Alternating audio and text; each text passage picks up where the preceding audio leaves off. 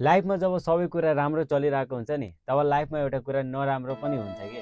त्यो पुरानो YouTube channel पनि राम्रै चलिरहेको थियो तर कसैले सेन्डी लगाइदियो कि अनि युट्युबवालाले त्यसलाई पर्मानेन्टली डिलिट गरिदियो कि त्यसहरूले आफ्नो गल्तीदेखि सिक्छ मैले पनि केही मिस्टेक गरेको होला त्यो च्यानलमा त्यहीबाट त्यो च्यानल अहिले डिलिट भइसक्यो मैले रिभ्यू पनि गरेँ तर फिर्ता गरेन युट्युबवालाले डिलिटै भइसक्यो मैले नि सिकेँ धेरै कुरा त्यहाँदेखि च्यानलमा 3 महिना दिएको थिएँ 3 महिनामा मेरो 250 सब्सक्राइबर पुगेको थियो कि मेहनत त गरेकै थिएँ लगभग 60वटा भिडियो अपलोड गरेको थियो 4वटा ट्राभल ब्लग हालेको थियो ट्राभलिङ ब्लग मध्ये त्यसमा मेरो पोखराको थियो जामाको गुम्बाको थियो अनि 2टा क्याम्पिङको थियो कि अब भिडियो पनि गयो सब्सक्राइबर पनि गयो अनि जो होता है अच्छे के लिए होता है तर यो मसँग राम्रो भएन कि मैले लाइफदेखि यति कुरा सिकेको छु जिन्दगीमा हार मान्नु हुँदैन त्यसैले एउटा आइडी गए नि केही छैन नयाँ आइडी खोलेको छु यसमा पनि फेरि त्यही मेहनतै गर्छु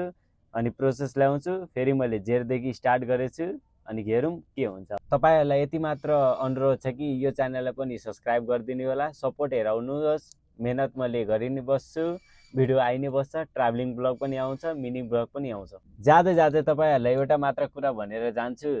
subscribe to my YouTube channel guys यहाँदेखि यस्तो बवाल भ्यू हेरेर चाहिँ यस्तो बवाल भ्यू हेरेर चाहिँ नि आई क्यान नट एक्सप्लेन कि यस्तो बवाल भ्यू छ कि माउन्टेनको भ्यू पुरै रेन्ज हेरेर चाहिँ कि हेर्ने भने हेर्नु ल वाइट पुरै यहाँदेखि माउन्टेन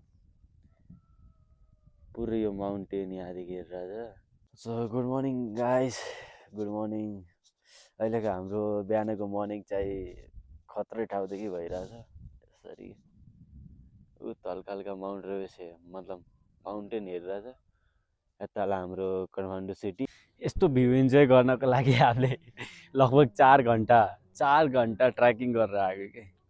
हिँड्ने कि हिँड्ने लगभग 4 घन्टा अनि भ्यू हेर्नु छ भने यी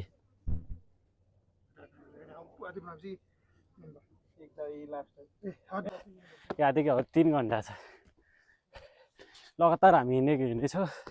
अरू 3 घन्टा छ यहाँनिर यसरी बाटो छ यस्तो छ